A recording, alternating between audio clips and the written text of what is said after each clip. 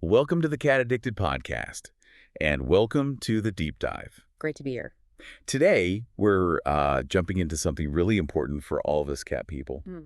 What's actually in our cat's food? We're going to unpack what makes some foods, well, maybe less than ideal, and what you should really be looking for to keep your furry friend healthy. We'll look at the good, the bad, and the kind of confusing. Absolutely. And understanding this stuff isn't just, trivia. It's really fundamental. What they eat directly impacts their health, their energy, even how long we get to have them around. It's the foundation. Okay, let's dive right in then. Some of the insights here don't pull any punches, right? They jump straight into what some might call the cat food hall of shame.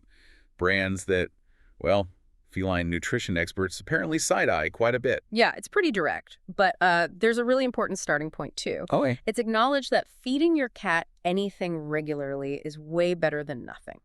Budget, availability, these are real-life factors for everyone. So the goal isn't to make anyone feel bad. It's more about, okay, if you do have choices, here's what to look out for. Knowledge is power kind of thing. Right, so you can make an informed decision if possible. Okay, so first up on this Bottom-Shelf Brigade, as it's called, Friskies. Big name. Huge name. And cats often seem to absolutely love it, right? That crazy excitement. Oh, yeah, the dinner vans. Exactly, like kids seeing a Happy Meal box. But that reaction, often it's driven by flavor enhancers and, well, not the best ingredients.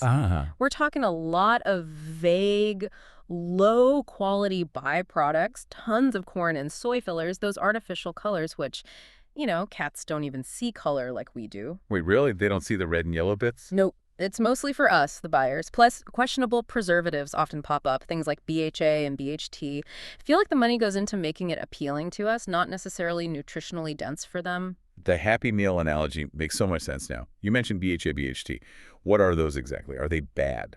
They're synthetic preservatives. BHA is butylated hydroxyanisole. BHT is butylated hydroxytoluene.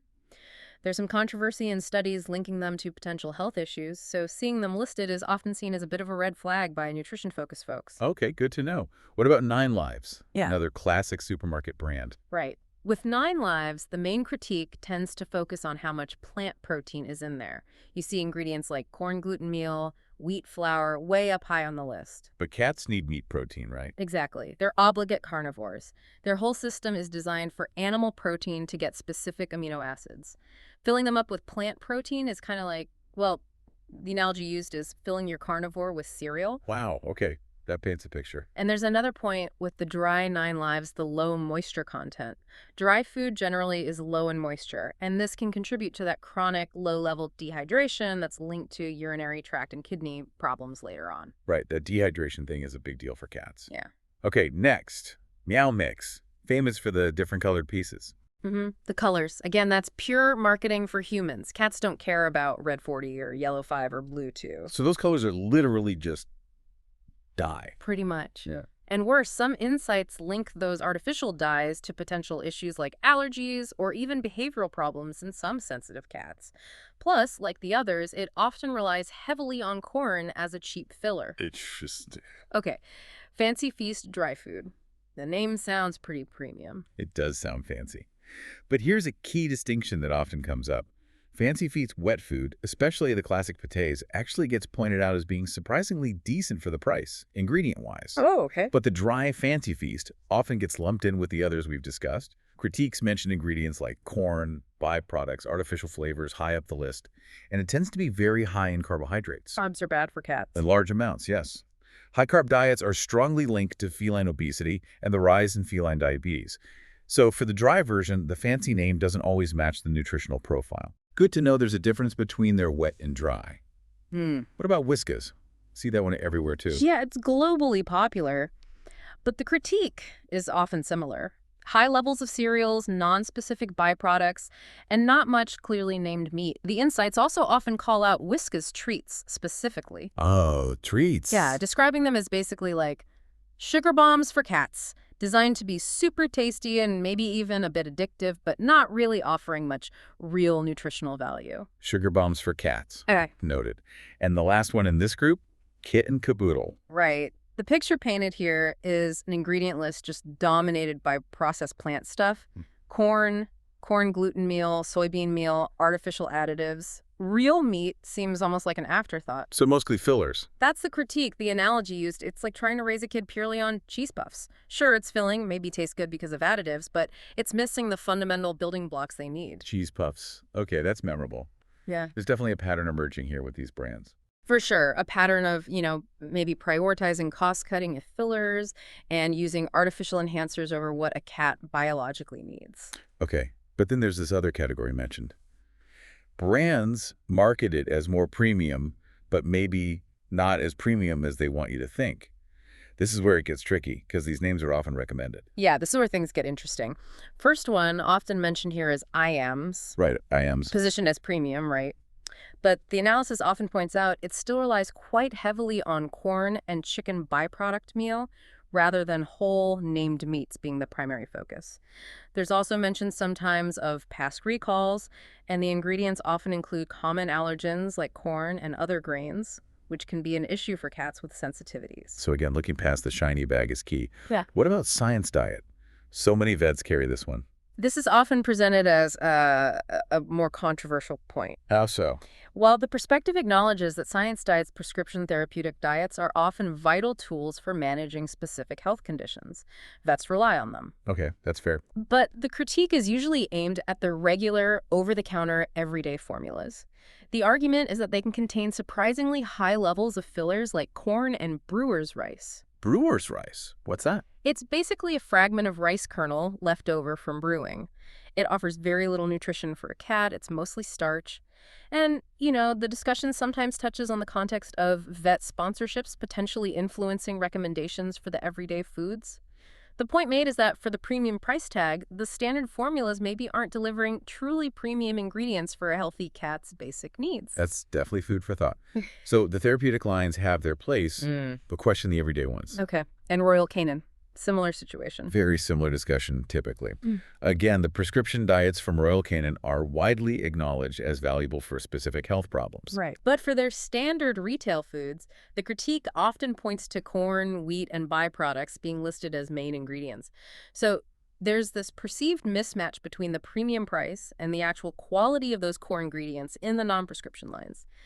The marketing might focus on tailored nutrition for breeds or life stages, but the foundation ingredients, some argue, aren't always top tier for that price. Wow. It really hammers home that message, doesn't it? Yeah.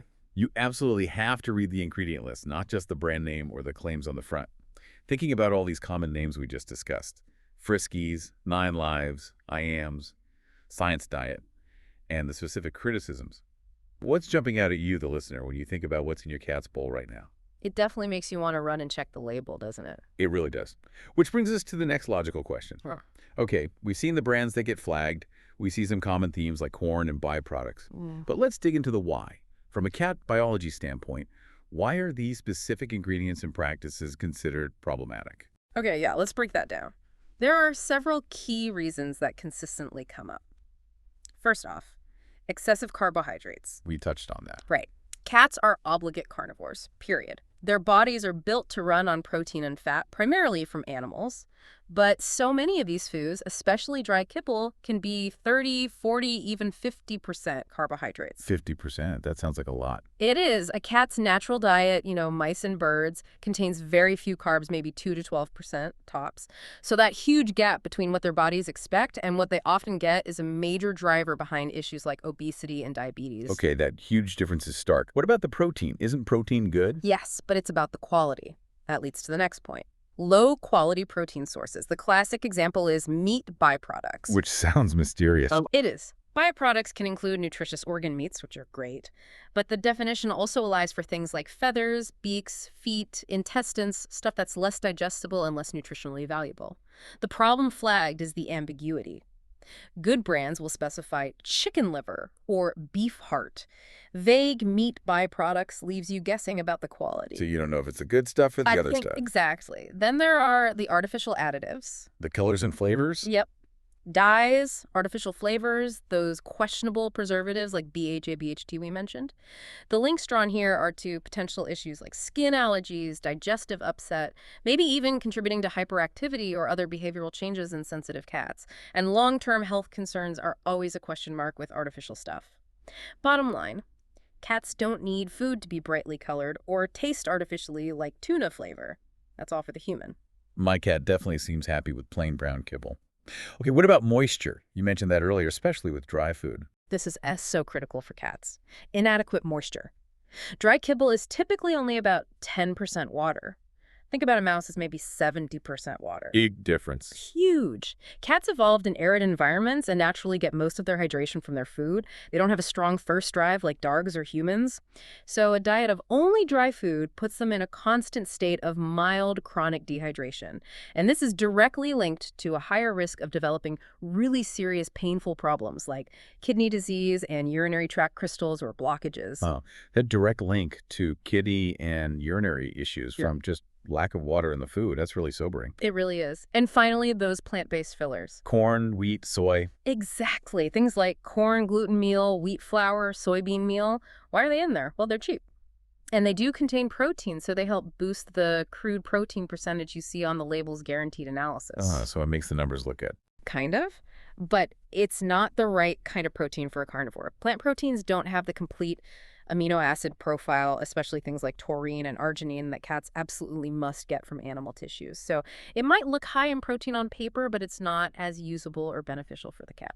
Okay, so it's not just the amount of protein, it's the source and the completeness of that protein that really matters for a cat. I got it. All right. We've heard the warnings, the reasons why certain things are problematic. Let's flip this. If we have the option and the budget, what should we be looking for? What's the nutritional dream team for our little carnivores? Okay, the positive side. The ideal picture is actually pretty clear based on their biology. You want to look for brands where the first few ingredients are specific, named meats or meat meals, like chicken, turkey meal, deboned salmon. Specific names, not just meat. Exactly. Minimal to no grains, especially corn and wheat. No artificial colors, flavors, or those iffy preservatives like BHA, BHT. And really prioritizing wet food because of that crucial moisture content, or even considering fresh or balanced raw diets if that's feasible and done correctly with guidance. Okay, clear goals. Let's break down some of those dream team components. First, grain-free and corn-free. Why is that so emphasized? Because cats simply didn't evolve to eat grains. They lack the digestive enzymes like amylase to break down carbohydrates efficiently. Feeding a cat a high-grain diet is often compared to trying to feed a lion a loaf of bread. It's just not what their system is designed for. The lion eating bread, right? Grains are mostly used as cheap fillers in cat food. They bulk it up and provide calories, but offer very little species-appropriate nutrition. Okay, so avoid the fillers. What about the protein itself? High protein, you said. Absolutely non-negotiable. High protein content from animal sources. We're talking maybe 35–40% protein or even higher on a dry matter basis for dry food. And in wet food, you want to see those named meats dominating the top of the ingredient list. Remember, they're like tiny lions. Little house lions. They need that high-quality animal protein for everything. Muscle maintenance, energy, immune function, all the essential amino acids they can't make themselves. Makes sense. What about omega-3 fatty acids? I hear about those for people all the time. Super important for cats, too. Omega-3s, often from sources like fish oil or krill oil, are key for managing inflammation throughout the body. They also support healthy skin, a glossy coat, that beautiful shine, and even brain function, especially in kittens and senior cats. Okay, shiny coat, smart cat, less inflammation. Sounds good. How about glucosamine and chondroitin? I think of those for joints. Exactly. Glucosamine and chondroitin are fantastic for supporting joint health and mobility. This becomes really important as cats get older and might develop arthritis. Like little old men cats. Sort of. In the wild, they'd get these compounds naturally from eating the cartilage and connective tissues in their prey. Our indoor dust bunny hunters don't get that, so having it added to their food can really help keep them comfortable and moving well into their senior years. That makes perfect sense, comparing the dust bunny hunter to a real hunter. Okay, and the last big one, taurine. This one sounds critical. It is absolutely critically essential. Taurine is an amino acid that cats must get from their diet, primarily from muscle meat, heart, and other animal tissues. They can't synthesize enough on their own like many other mammals can. And what happens if they don't get enough? It's bad news. Taurine deficiency leads to really severe, often irreversible conditions. The big ones are a type of heart disease called dilated cardiomyopathy, or DCM, and also blindness due to retinal degeneration. It's not something to mess around with. Any good commercial food should be supplemented, but it underscores why animal protein sources are so vital. Wow. Okay, that's a serious one. So essential. The insight also mentions some specific brands that often get pointed to as generally aligning better with these principles, right? Names like Wellness, Weruva, Tiki Cat, Ziwi Peak, Open Farm, Feline Natural. And that surprising nod again to the Fancy Feast classic pâtés as a decent budget wet option. Yeah, those often come up as examples of brands focusing more on meat content, fewer fillers, and better quality ingredients overall across different price points and styles, wet, dry, air-dried, etc. And it also mentioned balanced raw or home-cooked with vet guidance as potentially ideal but maybe less practical. Right. That's often seen as nutritionally excellent if done correctly and balanced, but it requires a lot more effort, knowledge, and usually veterinary nutritionist input to avoid deficiencies. So not always realistic for everyone. Okay, so bringing all this amazing information together for you, the listener, maybe you're feeling a bit overwhelmed standing in that pet food aisle. What's the practical take-home advice from all this? How do you actually use this knowledge? I think the most important practical takeaway is this. The absolute best food isn't some perfect ideal. It's the highest quality food that you can consistently afford and get access to, and critically, that your cat will actually eat and thrive on. Consistency and the cat actually eating it, key points. Definitely. And remembering that adding some wet food, even if it's a budget-friendly, decent one like those classic pâtés, is generally better than feeding only premium dry food, purely for that hydration benefit. Every bit of extra moisture helps. Good point. Wet food for the win, even sometimes. And if you do decide to switch foods based on what you've learned, go slowly. Always transition gradually over a week or more to avoid upsetting their stomach.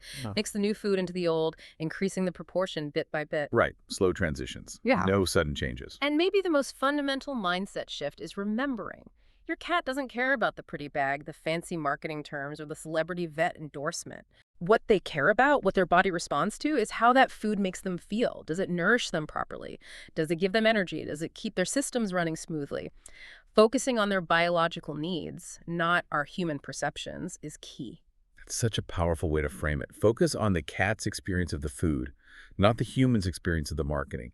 We've covered a lot, the ingredients to watch out for, why they're problematic, the good stuff to look for, specific brand critiques and nods.